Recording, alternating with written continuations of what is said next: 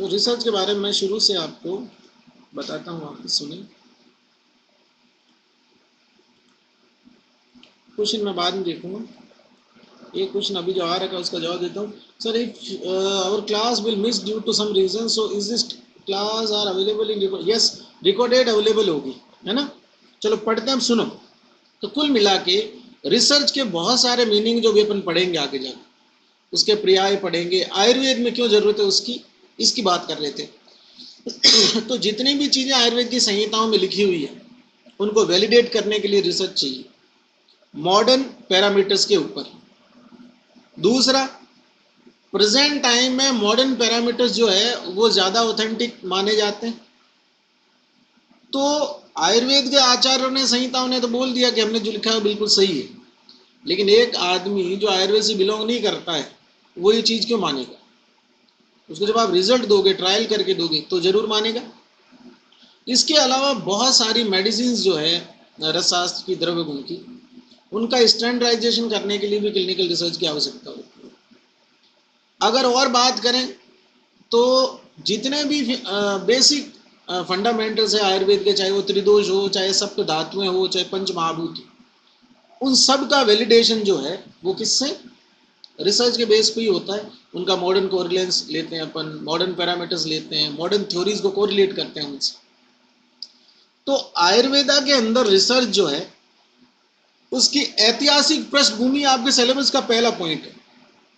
इसका मीनिंग ये है कि हिस्टोरिकल टाइम जब था आयुर्वेदा का, हिस्ट्री जो आयुर्वेदा की है, उस टाइम पर आयुर्वेद में रिसर्च किस तरह से हुआ करती थी। आयुर्वेद में एक शब्द काम में आता है, परीक्षा, जिसको चरक ने परीक्षा कहा है और बाकी सब आचार्यों ने जिसको प्रमाण कहा है। प्रत्यक्ष, अनुमान, आप्तोपदेश, युक्ति, ऐसे बहुत सारे प्रमाण होते हैं। तो प्रमाण जो होता है वो यथार्थ ज्ञान, मतलब जो ट्रू नॉलेज होता है, सही सही बात, उसको पता करने का साधन होता है। आयुर्वेद में इसमें जो आचार्य, आप्तोपदेश जिसको बोलते हैं, वो जो बोल दे उसको भी एक प्रमाण के रूप में स्वीकार किया गया। प्रत्यक्ष मतलब देखा हुआ स्पष्ट रूप से, या सुना हुआ, या स्पर्श रस इन इंद्रियों के द्वारा जिसका ज्ञान हुआ प्रत्यक्ष तक, वो भी एक परीक्षा का तरीका है। इसके अलावा आयुर्वेद में 10 विध रोगी परीक्षाएं, 5 रोग परीक्षा, और ऐसे करके बहुत सारे परीक्षाएं और प्रमाण दिए हुए हैं, जिनके थ्रू स्टेप बाय स्टेप ज्ञान का प्रवाह बढ़ा, उस पर रिसर्च हुई, फिर उससे कोई कंक्लूडेड डाटा दिया गया, उसके लिए कोई मेडिसिन दी गई।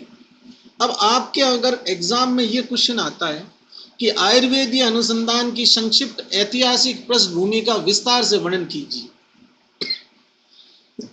तो आपको इसमें करना क्या है, जहां से आयुर्वेद शुरू हुआ है वहां से लेके और प्रेजेंट तक जितनी भी चीजें हैं उनको स्टेप बाय स्टेप लिखना है।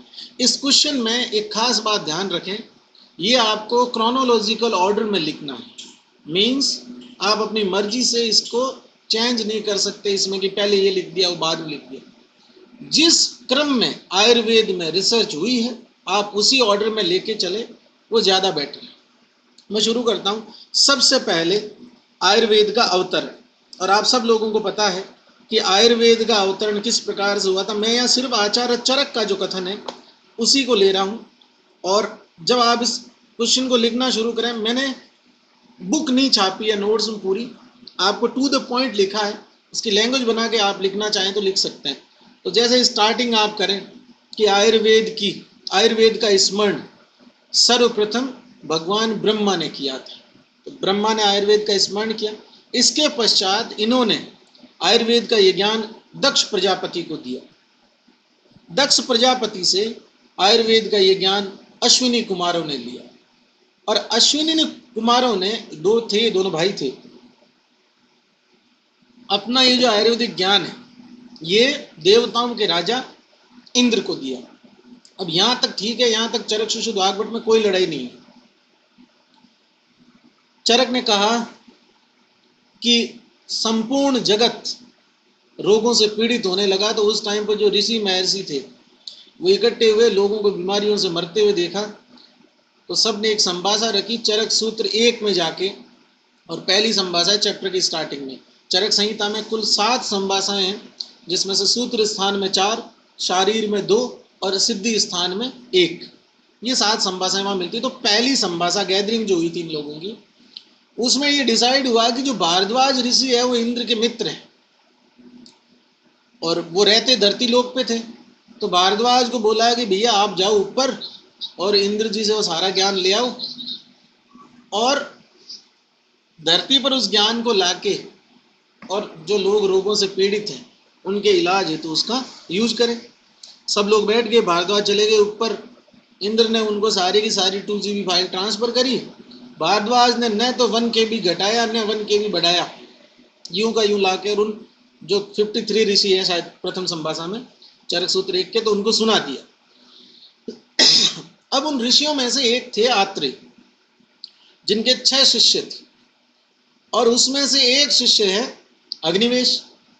अग्निवेश ने वो जो ज्ञान है वो आत्रेय से लिया और एक किताब लिखी अग्निवेश तंत्र। इस अग्निवेश तंत्र में आत्रेय और अग्निवेश के संवाद को लिखा गया, मतलब उन्होंने उनकी जो बातचीत हुई है क्वेश्चन आंसर उसको लिखा गया। ये बात है लगभग 1000 ईसा पूर्व। इसके बाद में लगभग 800 साल तक ये किताब कहाँ रही, क्या हुआ इसके साथ, भगवान जाने। 200 ईसा पूर्व आचार्य चरक आए, उन्होंने इसका प्रथम प्रति संस्कार किया, मतलब इसको मॉडिफाई किया। उसके बाद में इस किताब को चरक संहिता के नाम से जाना जाने लगा और चरक के 600 साल बाद, मतलब ईसा के बाद 4वीं शताब्दी में आचार्य दृढ़बल आए, जिनको ये किताब मिली तो उन्होंने देखा कि उसमें 41 चैप्टर जो है वो मिसिंग है। कल्प और सिद्धि स्थान पूरे मिसिंग थे, चिकित्सा स्थान के 17 चैप्टर नहीं थे, तो 24 और 10 34 और 7 41, तो 41 चैप्टर मिसिंग थे। उन्होंने वो ऐड किए और वो द्वितीय प्रतिसंस्कृता या चरक संहिता के संपूरक कहलाए। तो उनके आधार पर जो आयुर्वेद का अवतरण है वो ब्रह्मा ने आयुर्वेद का स्मरण किया, फिर दक्ष प्रजापति, दक्ष से अश्विनी, अश्विनी से इंद्र, इंद्र से आत्रेय और आत्रेय से अग्निवेश आदि 6 शिष्य। यहाँ पर सुश्रुत संहिता वाले धन्वंतरी वाले बोलते हैं कि इंद्र से भारद्वाज ने लिया, धन्वंतरी ने लिया, मतलब सुश्रुत के गुरु ने लिया। और वाग्भट कहते हैं कि इंद्र से अत्रि पुत्र आदि ऋषियों ने ये ज्ञान प्राप्त किया। तो कुल मिला के ये आयुर्वेद का अवतरण हो गया। अब आपको इसकी लैंग्वेज ऐसे लिखनी है कि आयुर्वेद का स्मरण सर्वप्रथम ब्रह्मा ने किया, फिर उसके बाद में क्रमशः इसी वे में बढ़ते हुए ये लाइन कंप्लीट कर देनी। अगर अच्छा लिखना चाहो तो सुश्रुत वाग्भट भी मेंशन कर देना। प्रथम संहिता ब्रह्म संहिता 1000 अध्याय और 1,00,000 श्लोक थे इसमें, ऐसा आचार्य सुश्रुत ने अपनी संहिता में बताया। चलो, अब ये तो ब्रह्मा जी तक और ये संभाषा तक हो गया। अब आते हैं वैदिक काल। देखो, आयुर्वेद को अथर्ववेद का उपवेद माना जाता है, ज्यादातर जगहों पर एक्सेप्टेंस इसी चीज का है। कुछ व्यासकृत और शंकरोक्त जो ग्रंथ है उनमें ऋग्वेद का उपवेद माना गया, बट पहले आपको आयुर्वेद को अथर्ववेद का ही उपवेद मानना है। आयुर्वेद से संबंधित ज्ञान इन 2 वेदों में ज्यादा मिलता है, ऋग्वेद और अथर्ववेद। आचार्य चरक सुश्रुत वाग्भट ने आयुर्वेद को अथर्ववेद का उपवेद माना, जबकि व्यासकृत व शंकरोक्त कुछ अन्य ग्रंथों ने आयुर्वेद को ऋग्वेद का उपवेद भी माना है। इसका मतलब ज्यादा डिटेल इन 2 वेदों में ही। काश्यप ने आयुर्वेद को 5वां वेद मान लिया। काश्यप बोले कि आयुर्वेद 5वां वेद। चलिए, अब वेदों में आयुर्वेद पढ़ रहे हैं। पहला वेद अथर्ववेद। अथर्ववेद का नाम अथर्वन ऋषि के नाम पे पड़ा। अथर्ववेद का काल 1500 ईसा पूर्व माना जाता है और आयुर्वेद अथर्ववेद का उपांग है। अथर्ववेद को ब्रह्मवेद भी कहा जाता है। अथर्ववेद की 9 शाखाएं और 5 कल्प सूत्र है। और ध्यान देना, अपन जिसकी भी बात कर रहे हैं, जिसमें भी आयुर्वेद संबंधित मटेरियल है, उसकी लैंग्वेज आपको एंड होने के बाद में लास्ट में कैसे लिखनी है। आपको लिखना है कि आयुर्वेद की ये चीजें अथर्ववेद में मिली, फिर लिखना है अतः। इससे ये सिद्ध होता है कि अथर्ववेद के समय भी आयुर्वेद के क्षेत्र में अनुसंधान जो है वो उच्च कोटि का था। और सही बात भी है, अगर इतनी डिटेल में कोई बातें कर रहा है तो उस टाइम भी आयुर्वेद में रिसर्च अच्छी चल रही थी। क्या कहता है, अथर्ववेद में पित्त के लिए मायु शब्द का प्रयोग हुआ है, ज्वर को तकमा कहा गया, और कफ के लिए आम या बला शब्द प्रयुक्त हुआ। अथर्ववेद के अनुसार अग्नि व सूर्य को कृमिनाशक बताया गया। अभी भी काम करते हैं दोनों, आग से ऑटोक्लेव टेम्परेचर तो है, और सूर्य भी कृमिनाशक है, अल्ट्रावायलेट रेज होती है उसके अंदर। अथर्ववेद में कुल 289 वनौषधियों का वर्णन है। अब आप सोचो कि लगभग 300 मेडिसिन जिसमें बता रखी है, वो बिना रिसर्च के तो नहीं हो सकता। तो उस टाइम पर भी कोई ना कोई तो खोजी व्यक्ति थे जो आयुर्वेद में रिसर्च कर रहे थे। अथर रिसर्च का मतलब ऐसे नहीं है कि एक ऑफिस बना दिया, एक टीम बना दी ना। आप अपने घर पे बैठ के और किताब पढ़ के कोई फॉर्मूला बना रहे हो जिससे लोग ठीक हो रहे हैं, या वो फॉर्मूला रिजेक्ट कर रहे हो कि नहीं ये मैंने 50 रोगियों पे ट्राई किया, ये कोई मतलब नहीं इसका, वो भी रिसर्च है। फिर लिखता है अथर्ववेद में आयुर्वेद संबंधित अधिकतर भाग द्वितीय कांड में मिलता है, सेकंड में। आयुर्वेद के 4 विभाग अथर्ववेद में किए गए, मतलब क्लासिफिकेशन भी था, वानस्पत्य, वनस्पति, औषध और विरुद्ध। आप जानते हैं कि जिसके अंदर फल और फूल दोनों आते हैं वानस्पत्य, जिसमें केवल फल आते हैं मतलब फूल नहीं आते हैं वनस्पति, और जो जिसमें फल का पाक होने पर पौधा खुद नष्ट हो जाए उसे औषध कहते हैं, और विरुद्ध जो होती है वो लताएं होती है, बेल जिनको अपन कहते हैं।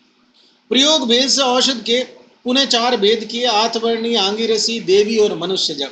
ये जो देवी है ना, ये क्या है, रस शास्त्र के लिए प्रयोग होता है। देवी चिकित्सा किसको बोला गया, रस शास्त्र, मतलब उस टाइम उनको रस शास्त्र का भी ज्ञान था, क्योंकि देव महादेव और देवी पार्वती, और महादेव और पार्वती या उमा का संबंध किससे, रस शास्त्र से।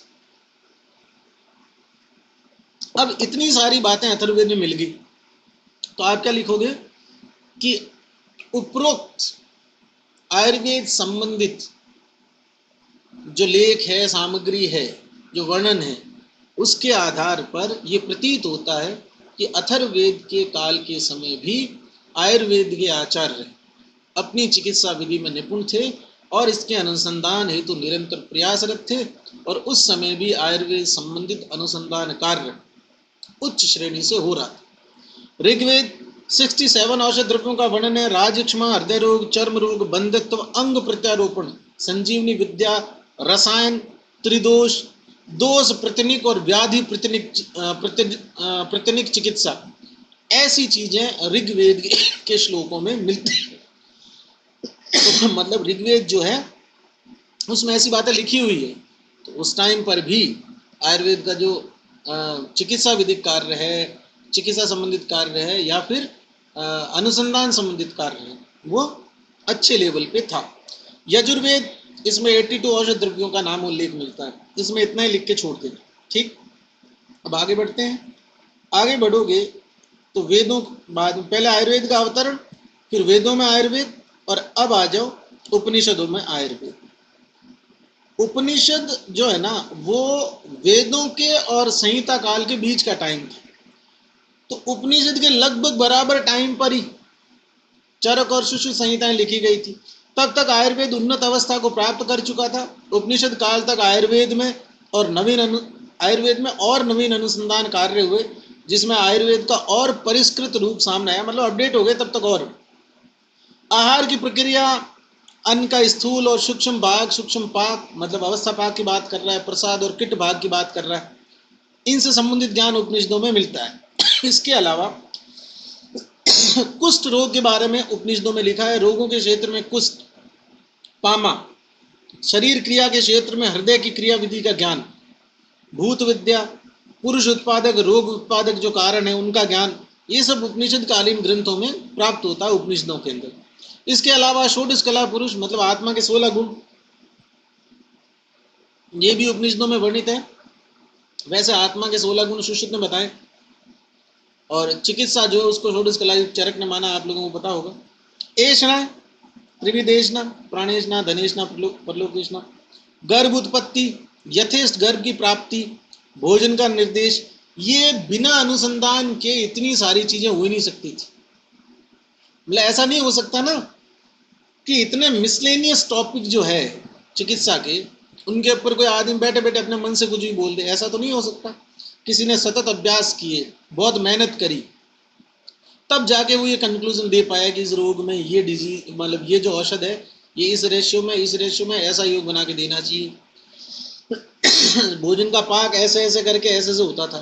तो कहने का मतलब है कि कंप्लीटली हाइपोथेसिस नहीं हो सकती। उस टाइम पर भी उपनिषद काल में तो वेदों या वैदिक काल से भी अच्छे कार्य आयुर्वेद के अनुसंधान के क्षेत्र में हो रहे थे।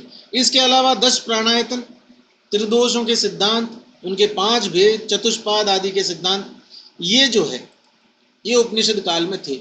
और इन्हीं पर फर्दर रिसर्च हुई, तब जाके चरक और सुश्रुत संहिता जो है वो अस्तित्व में आई। अब बृहत्तरी की संहिताओं में आयुर्वेद संबंधित ज्ञान देखो बालक, बृहत्तरी मतलब चरक सुश्रुत वाग्भट, और सुश्रुत संहिता पुरानी संहिता है चरक और वाग्भट कंपेरिजन में। मतलब सुश्रुत का जो काल है वो 2350 ईसा पूर्व माना जाता है, जबकि चरक संहिता जो है वो अग्निवेश ने 1000 ईसा पूर्व लिखी थी, ये माना जाता है।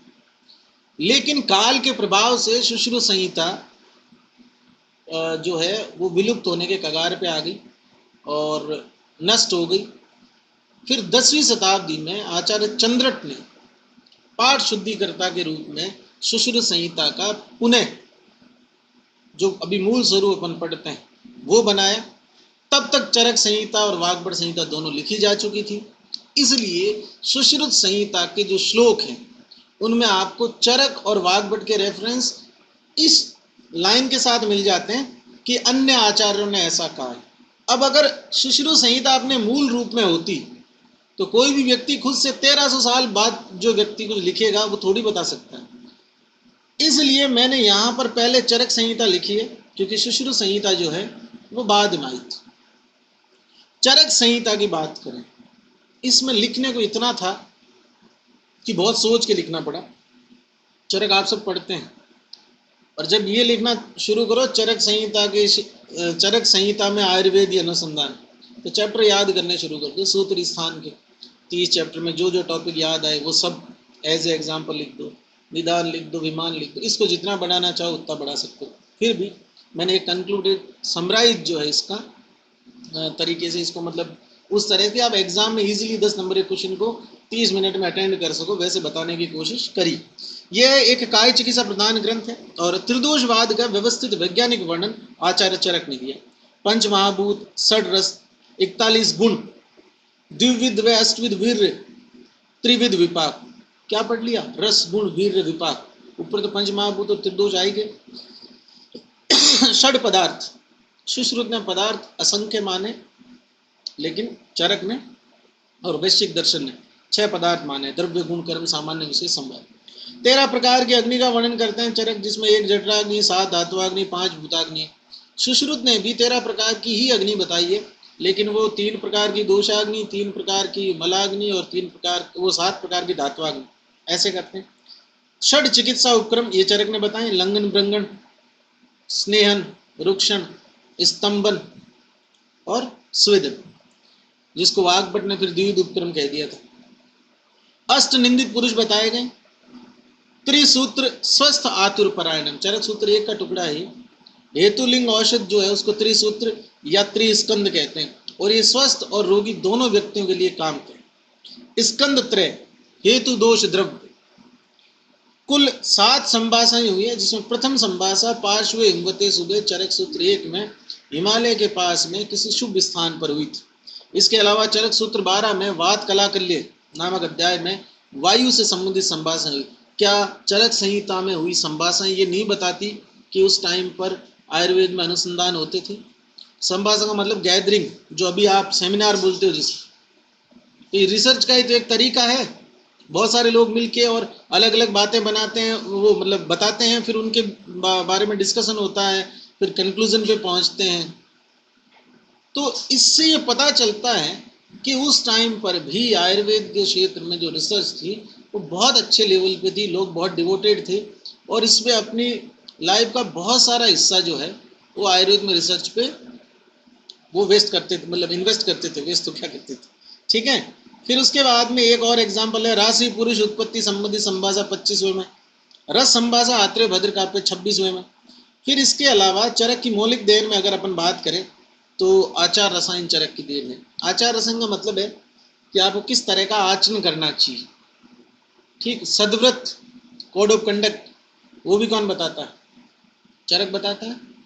इसके अलावा स्वभाव परमवाद चरक सूत्र 16 में आपको चिकित्सा प्रावृत्ति में ये अध्याय मिलता है।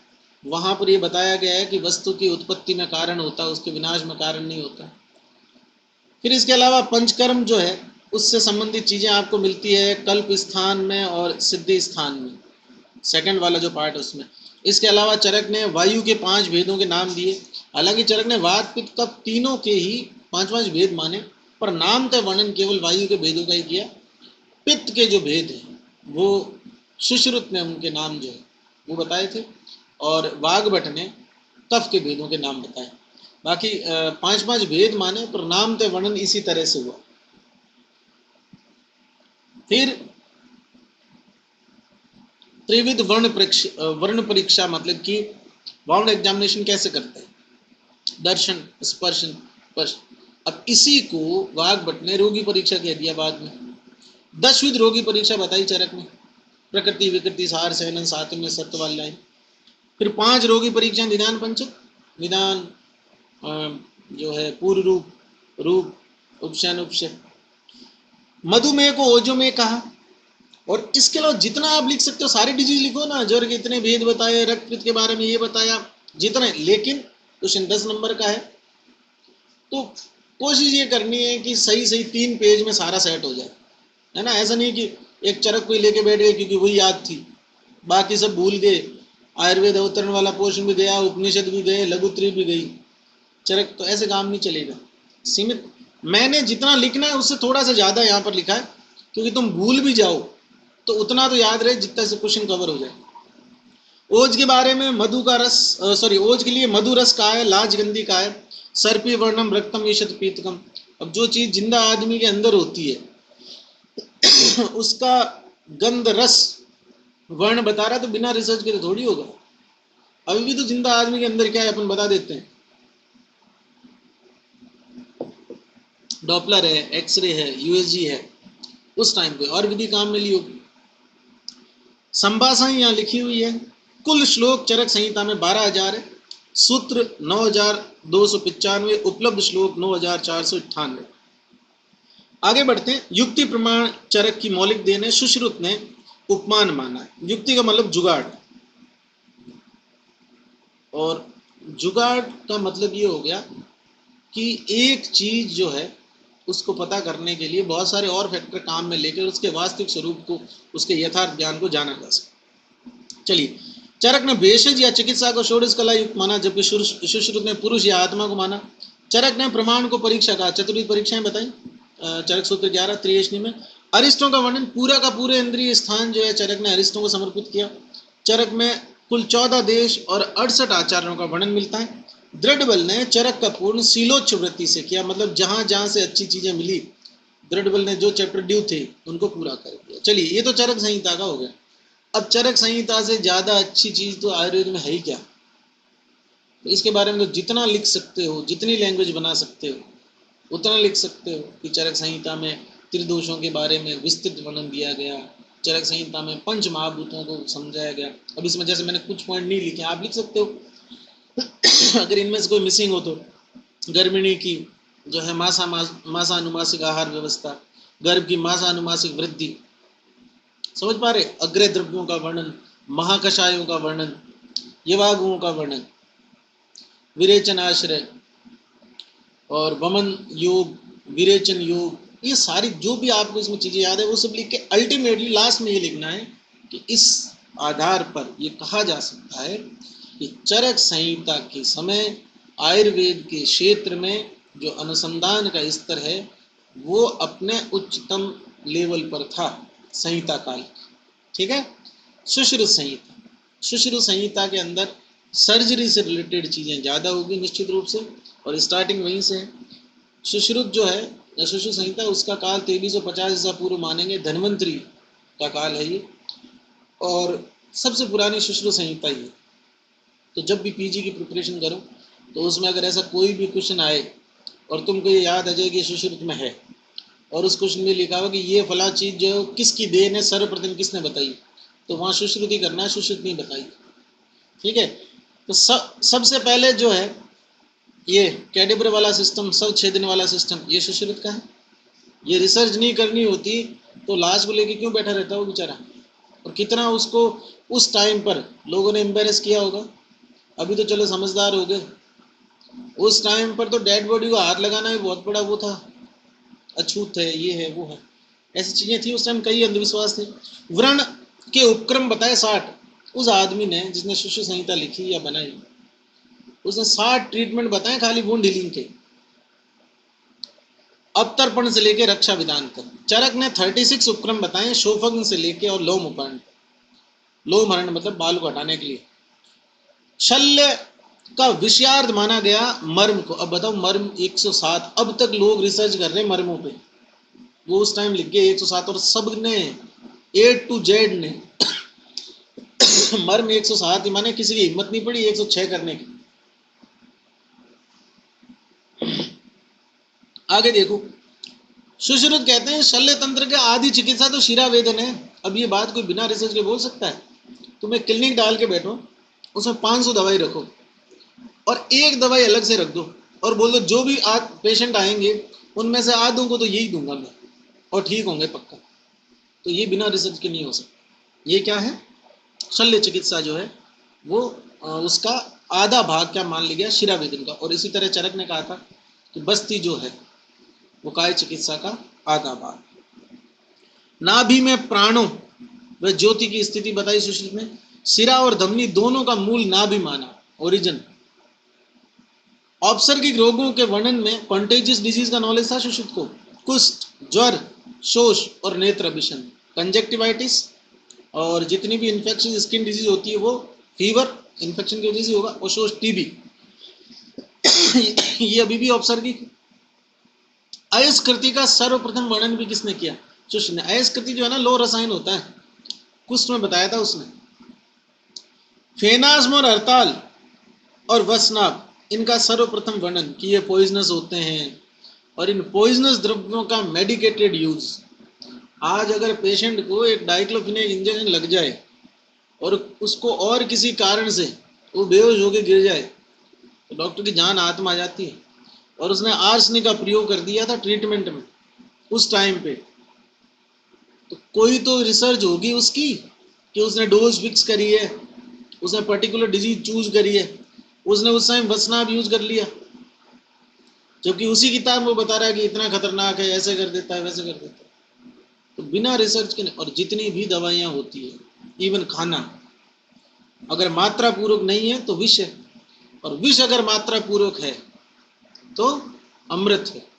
तो बता सकता है ये लाइन चरक संहिता में कहाँ लिखी हुई, किस चैप्टर में, कि मात्रा पूर्वक विष का सेवन किया जाए तो अमृत है, और अमात्रा पूर्वक अगर भोजन भी किया जाए तो विष। बता सकता है कोई?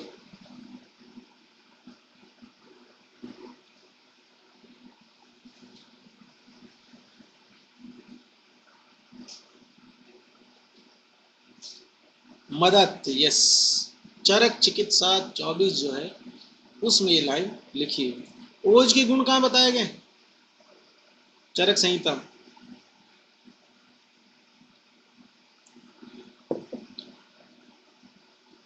ओज के गुण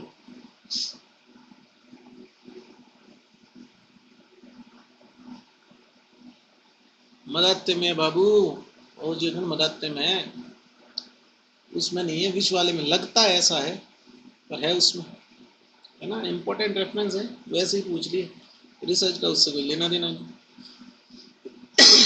सुश्रुत ने प्रभाव नहीं दिया, प्रभाव शब्द का प्रयोग नहीं किया। उन्होंने कहा कि जिस द्रव्य का वीर्य अचिंत्य होता है, मतलब जिस पर डिस्कस नहीं किया जा सकता, वो प्रभाव। चरक ने इसको प्रभाव कहा, और भाव प्रकाश ने प्रभाव को शक्ति बोला कि कोई पावर है। सैनिक चिकित्सा का वर्णन, पूरी सुश्रुत संहिता सैनिक चिकित्सा को डिवोटेड है पूरी तरह से। हर जगह क्या है? शल्य, शल्य की चिकित्सा, व्रण, व्रण की चिकित्सा, अभिघात, इसी तरह का। तो सैनिक चिकित्सा का वर्णन किस संहिता में विस्तृत रूप से किया गया? सुश्रुत। उस टाइम भी युद्ध ज्यादा हुआ करते थे, चोटें ज्यादा लगती थी, इसलिए डिटेल में सर्जरी जो है प्रॉपर बेस्ट। और सुश्रुत के लिए तो क्या कहें, अभी पूरी दुनिया दीवानी है सुश्रुत की। Plastic surgery, father of surgery, सब मानते हैं। आयुष काम में रसायन, बुद्धि, मेधा वर्धक गण और आयु वर्धक गण, ये सुश्रुत के रसायन में विशेष देन है। एक आयुष काम में अध्याय है, वो कौन सी संहिता का? सुश्रुत का या किसी और का? आयुष काम में अध्याय किस संहिता का? वाग्भट संहिता का पहला अध्याय है, चाहे हृदय हो चाहे संग्रह हो। लेकिन आयुष काम में रसायन किसका है? सुश्रुत की देन। रसायन निर्माण में त्रिपदा गायत्री मंत्र का जाप, मतलब उस टाइम पर मंत्र चिकित्सा है या जो है भूत विद्या है, इन सब पे भी अच्छी पकड़ थी। धन्वंतरी के शिष्य 7 होते हैं, फिर उसके बाद 7 नहीं होते, एक प्रभृति शब्द आता है, उससे 5 और मान के 12 भी करते हैं कुछ लोग। सुश्रुत ने रक्त को चतुर्दोष माना, तो इसने नई बातें बताई कंपेरेटिव टू चरक। अगर देखा जाए तो सुश्रुत ने चरक वाली चीजें तो जो थी वो तो थी, उसके अलावा भी नई बातें बताई इतनी सारी। सर्जरी में इतनी कमांड, तो भैया रिसर्च के बिना तो ये कैसे हुआ होगा? तो इसी को बेस बना के लास्ट लाइन वही है। इससे ये पता चलता है कि सुश्रुत संहिता के काल में शल्य तंत्र से संबंधित जो अनुसंधान है, आयुर्वेदीय अनुसंधान है, बहुत उच्च कोटि का था। और ये उसके सबूत रहे कि उसको उस टाइम पर इतना उसने रिसर्च करा था। चलिए वाग्भट, इस आदमी के साथ मेरी 2 तरह की भावनाएं हैं। पहले अच्छी बता देता हूँ। वाग्भट ने चरक और सुश्रुत में जो गलतियां करी उनको सुधारा बहुत हद तक। मतलब एक स्कॉलर अगर चरक और सुश्रुत पढ़े और उसको कहीं कहीं पर ऐसा लगता है कि ये कैसे लिख दिया, क्यों लिखा, ये तो कंसेप्ट की उल्टी बात है, तो वाग्भट ने उसको सही करा। और इसके लिए वाग्भट जो है उसको मैं हमेशा अप्रिशिएट करता हूँ। लेकिन वाग्भट के साथ मेरी प्रॉब्लम ये है कि उसने पीजी वालों की टेंशन बढ़ा दी। एक श्लोक लिखा, उसमें आधी लाइन चरक की, आधी लाइन सुश्रुत की, दोनों को मिला दिया। तो चरक जो है, चरक में से दूध ले लिया, सुश्रुत में से चीनी ले ली, और अपनी तरफ से उसमें चावल मिलाए और खीर संहिता बना दी। तो वाग्भट जो है वो चरक और सुश्रुत को बेसिकली फॉलो करता है। चरक और सुश्रुत के उसने खुद के एक्सपीरियंस को मिला के नोट्स बनाए, वो हृदय और संग्रह। लेकिन इसका मतलब ये थोड़ी है कि वाग्भट ने कुछ करा ही नहीं। वाग्भट के अंदर ये नॉलेज था कि चरक और सुश्रुत से कौन कौन सी लाइनें लेनी है, और उसने वही लाइनें ली जो बहुत ज़्यादा ऑथेंटिक। अब उसमें जो उसने खुद ने ऐड किया वो देखो, गुग्गुल के अति सेवन से क्लिब्य और तिमिर उत्पन्न होता है, ये वाग्भट ने बताया। चरक ने पंचमूल बताए, वल्ली और कंटक नहीं माने। सुश्रुत ने मध्यम और जीवनीय पंचमूल का एमजे मतलब जीवनीय और मध्यम, इनका कोई वर्णन नहीं किया। लेकिन अष्टांग संग्रह ने 7 के 7 पंचमूल माने। हालांकि हृदय ने फिर 7वीं शताब्दी में पुनः वली और कंटक को भगा दिया और चरक की तरह 5 माने। ऋतु संधि, ये कितनी इंपॉर्टेंट चीज है। अभी लाइफ स्टाइल डिजीज जो है अभी बहुत ज़्यादा ट्रेंड में है, बहुत सारी पॉपुलेशन उससे अफेक्टेड है, और उसी के थ्रू एलर्जी वाली कंडीशन लोगों में डेवलप होती है। तो अगर कोई ऋतु संधि को अपनाए तो हाइपर सेंसिटिविटी अपने आप कम होगी। कि आप सडन कुछ भी ड्रॉप नहीं कर रहे हो तो विड्रॉल सिम्टम आएंगे ही नहीं। ये वाग्भट देने तुलसी शब्द का सर्वप्रथम प्रयोग भी अष्टांग संग्रह ने किया। यम दृष्टा काल शारंगर की देन है, वो अलग बात है, वैसे डाल रखे हैं। स्नेह भोजन का पाचन काल 4 याम माना, और औषध भोजन का पाचन काल 2 याम। बिना रिसर्च के पता चल सकता है कि इंटेस्टाइन में खाना यहाँ से वहाँ जाता है, वहाँ से यहाँ जाता है, ये सब क्या रिसर्च तो थी। और यहाँ से वहाँ आने में इतना टाइम लगता है, ये रिसर्च। अष्टांग संग्रह में हरिद्रिक ज्वर का वर्णन है, विष का चिकित्सा प्रयोग यहाँ किया गया। अष्टांग संग्रह में वाजीकरण के पाद लेप का प्रयोग है, मतलब पांव पर लेप करने से या पांव पर किसी मेडिसिन का लेप बताया वहां पे, उससे वाजीकारक इफेक्ट आता। हालांकि बात पहले सुश्रुत ने बता दी थी, इसने कॉपी करी। मलों की शुद्धि की अपेक्षा से अधिक शुद्धि का अर्थ वृद्धि है। ये मलों की वृद्धि की अपेक्षा शय ज्यादा कष्टकर होता है, ये भी वाग्भट ने कहा। गर्भ पोषण में मतलब फीटल जो नरिशमेंट है, न्यूट्रिशन है उसका, वो विदाउट फीटल सर्कुलेशन नहीं समझ में आ सकता। तो उसने बोला केदारी कुल्ला न्याय से होता है। हालांकि धातु पोषण के संदर्भ में केदारी कुल्ला न्याय भाव प्रकाश की देन है, और अगर कुछ लिखा हुआ है नहीं धातु पोषण और गर्भ तो फिर भाव प्रकाश ही मानना, लेकिन गर्भ के पोषण के संदर्भ में केदारी कुल्ला वाग्भट ने। इसके अलावा वाग्भट ने धातुओं का और दोषों का जो प्रभाव वो है संबंध वो समझाया। और एक चीज आप इसमें जरूर ऐड कर लेना, आश्रय आश्रय संबंध बोलते हैं जिसको अपन, दोष और दुष्यों का संबंध, कि धातुएं जो है वहां पर आश्रय बन के रहती है और उनका जो वो आश्रय देती है, और वहां पर जो दोष होता है वो आश्रय बन के वहां रहता है ना। ये वाग्भट की देन है। इसके अलावा तो वाग्भट ने तो हजारों चीजें बताई, तो एक बार लिखने के लिए ये ठीक, मतलब इससे ज्यादा नहीं लिखना उसमें। बाकी डिटेल पढ़नी है तो वाग्भट संहिता पढ़ो, चरक सूचक पढ़ो। अब लघुत्रयी पे आते हैं। बृहत्त्रयी पूरी होगी। आयुर्वेदीय लघुत्रयी के ग्रंथों में आयुर्वेद संबंधित अनुसंधान का है। माधव, शारंगर, भाव प्रकाश, ये लघुत्रयी में आते हैं। माधव निदान, लेखक माधवकर, इंदुकर का पुत्र, शिव का उपासक, और जो ग्रंथ शुरू किया वो किया त्रिलोक्य शरणम शिवम। ठीक। लेखक का काल 7वीं शताब्दी, सबको पता है। कुल अध्याय 69। इसको अल्प बुद्धि प्रयोजन तंत्र भी कहते हैं, क्योंकि इसके श्लोक में एक लाइन लिखी हुई है कि मैं माधव इस ग्रंथ का निर्माण इसलिए कर रहा हूं कि अल्प से अल्प बुद्धि वाले वैद्य को भी रोगों का डायग्नोसिस करना आ जाए। तो ऐसा किसी मॉडर्न किताब में या प्रेजेंट या किसी भी लिटरेचर मिल सकता है कि मैं ये किताब लिख रहा हूं जो MBBS फाइनल ईयर में 2 साल से पास हुआ है तो भी उसको समझ में आ जाए, ये लिख रहा था। इसके लिए कॉन्फिडेंस चाहिए, और कॉन्फिडेंस आता है जब आप कंफर्म होते हो किसी भी ज्ञान को लेकर, नॉलेज को लेकर। कंफर्म ज्ञान जो होता है वो प्रमा होता है, और प्रमा की प्राप्ति प्रमाण से। कुल मिला के यथार्थ ज्ञान का जिसको पता था, और यथार्थ ज्ञान रिसर्च से मिला, इसलिए ऐसा बोल पाया। फिर लिखा है आगे देखो, ये लाइन भी लिख रखी, बीजजाम अल्प मेधसाम, अल्प बुद्धि वाले भीष्मों के लिए काम कर। अब इस माधव निदान का जो लिखने का, या यूं कह दीजिए माधव निदान के फेमस होने का कारण है इसकी डायग्नोस्टिक अप्रोच, इसकी डायग्नोस्टिक टूल, मतलब रोगों को डायग्नोस कैसे किया जाए। अभी प्रेजेंट में तो एक्सरे है, CBC है, इतने सारे लेबोरेटरी टेस्ट है, ब्लड टेस्ट है, इमेजिंग टेक्निक्स हैं, है ना। उस टाइम नहीं था ये कुछ।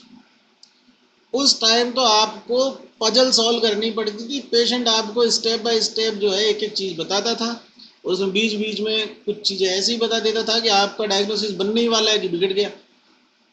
समझ रहे हैं। तो उसके लिए क्या पता होना चाहिए, निदान, पूर्व रूप, रूप, संप्राप्ति, उपशयन, उपशयन। ये निदान पंचक माधव ने इस पर जोर दिया था। माधव निदान की अन्य रचनाएं वैसे याद रखना जीके के लिए, अभी नहीं तो 2 महीने बाद तो पढ़नी है, पीजी की तैयारी तो करोगे। पर्याय रत्नमाला, रस कौमुदी, कूट गुदगर, आयुर्वेद प्रकाश। ये आयुर्वेद प्रकाश जो है ये वो वाला माधव है कि नहीं मालूम नहीं, पर माधव ही है। आयुर्वेदीय रस शास्त्र। स्त्री रोगों का वर्णन माधव ने 7 अध्यायों में किया। फिर उसके बाद में आमवात, शलीपत, परिणामशूल, अन्नद्रवशूल, सूती का रोग, यौनिकंत, अम्लपित्त और मेदो रोगों का स्पेशल जो है इंडिविजुअल चैप्टर्स में डिस्क्रिप्शन दिया उसने। तो विदाउट रिसर्च ऐसा होना संभव नहीं है। इथियोपैथोजेनेसिस पूरी बताना आयुर्वेद से स्टार्ट करता था, हेतुओं से, हेतु से फिर पूर्व रूप, फिर रूप, फिर संप्राप्ति, फिर उपशयन, उपशयन। तो उस टाइम पर रोग विकृति विज्ञान से संबंधित आयुर्वेदीय अनुसंधान जो है वो अपने शिखर पर था जब माधव संहिता लिखी गई थी। ये उसकी जो है प्रमाणिकता को सिद्ध करता है। नेक्स्ट शारंगर भैया आगे फिर 13वीं शताब्दी में, और इन्होंने बताया आपको कि किस तरह से आयुर्वेद की दवाइयों को बनाया जाता है। भेषज कल्पना का आधारभूत ग्रंथ शारंगर द्वारा लिखा गया है। शारंगर दामोदर के पुत्र है, और ये ग्रंथ शोडल निघंटु की शैली पर आधारित है। काल 13वीं शताब्दी, लघुत्रयी में से एक है, और इसमें कुल 2600 श्लोक है, 2600। सर्वप्रथम अफीम, अकरकरा और भांग का उनकी मेडिसिनल प्रॉपर्टी शारंगर ने बताई।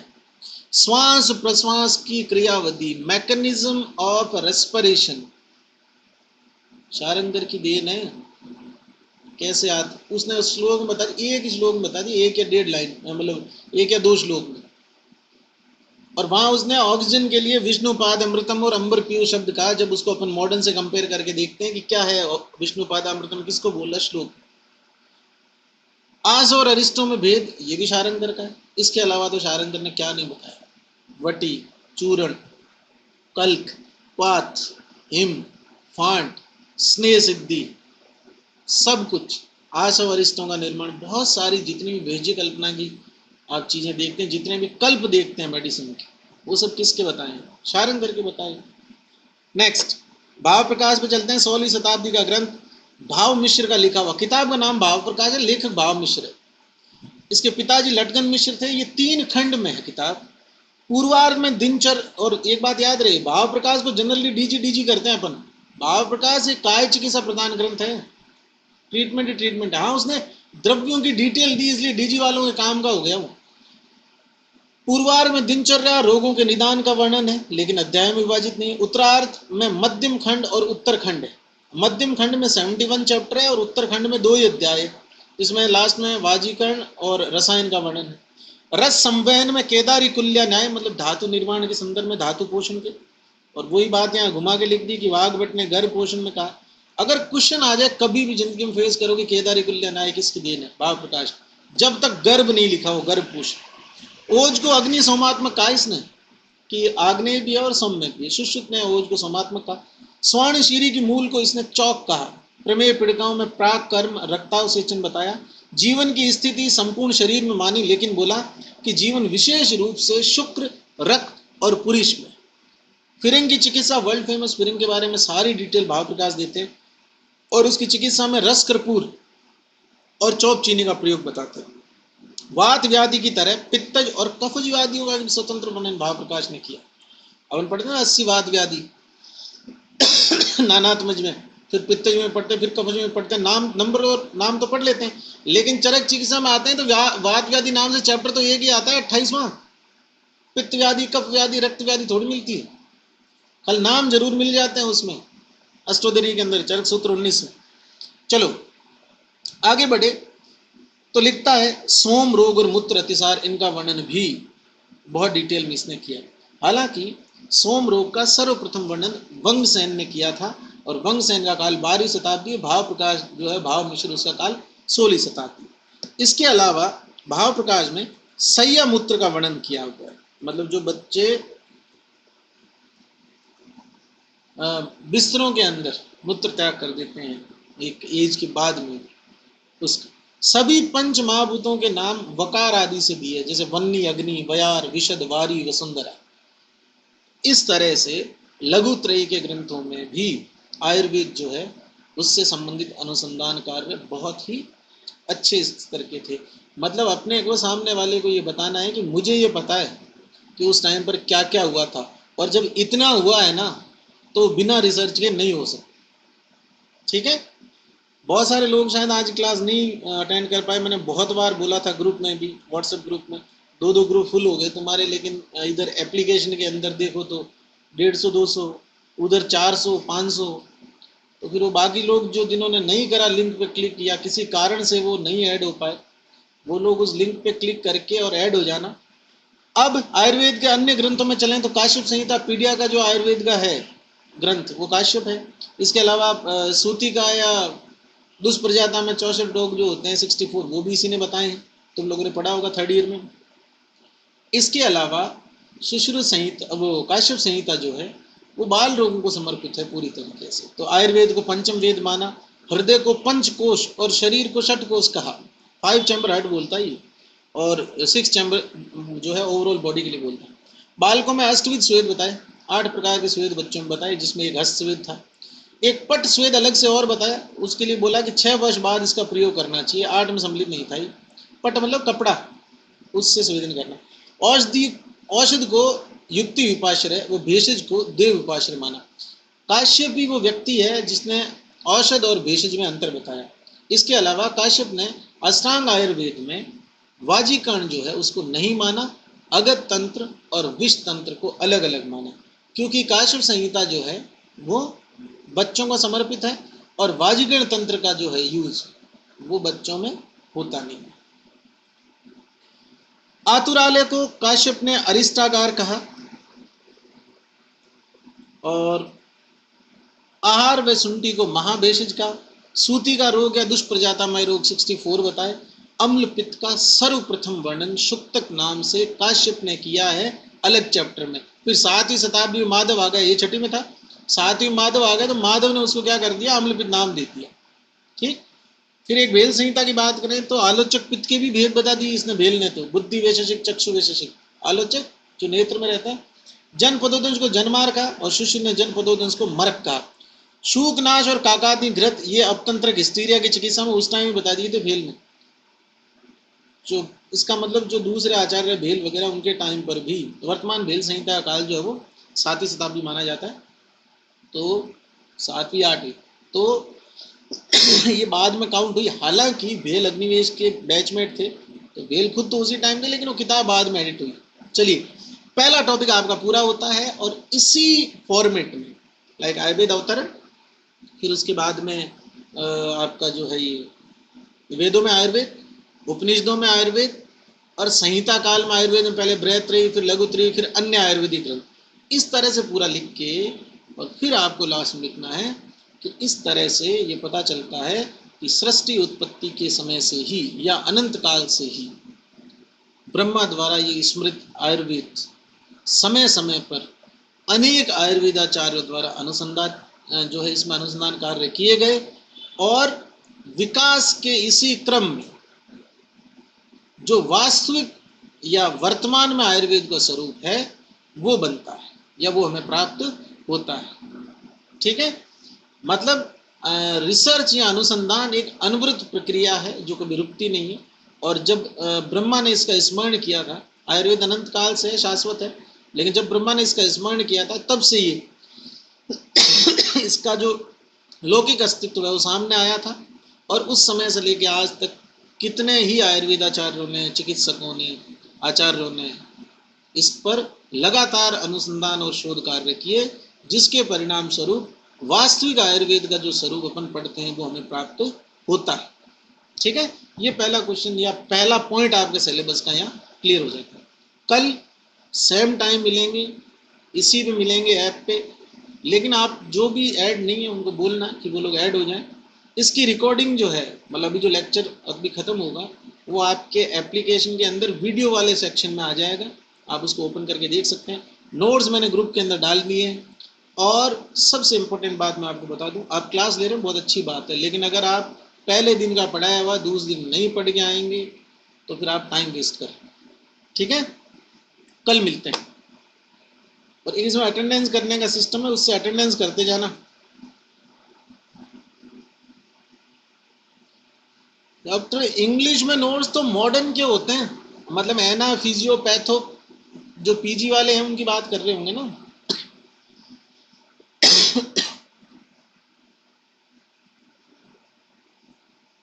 है ना, पढ़ो तुम, और अपन वैसे पढ़ेंगे मतलब जैसे लगना नहीं चाहिए कि पढ़ रहे हैं। बहुत बेसिक सी चीज़ें हैं, बहुत सिंपल चीज़ें, लेकिन किताबों में लैंग्वेज उल्टी सीधी करके और लिखने वालों ने ऐसे लिख दिया कि समझ ही नहीं आता, है ना। ओके, कल मिलते हैं, टाटा।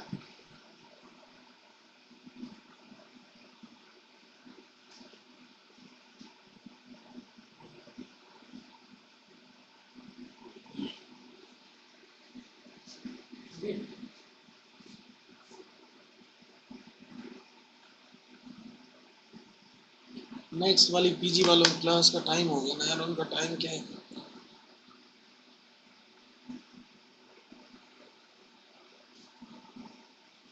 और कितने सारे मैसेज किए, ये सब उन्होंने ही किए होंगे जो ऐड नहीं हुए होंगे। समझाया तो था इनको कि ऐड हो जाना भाई, लिंक पर क्लिक कर देना, बहुत तो कैसे बताएं।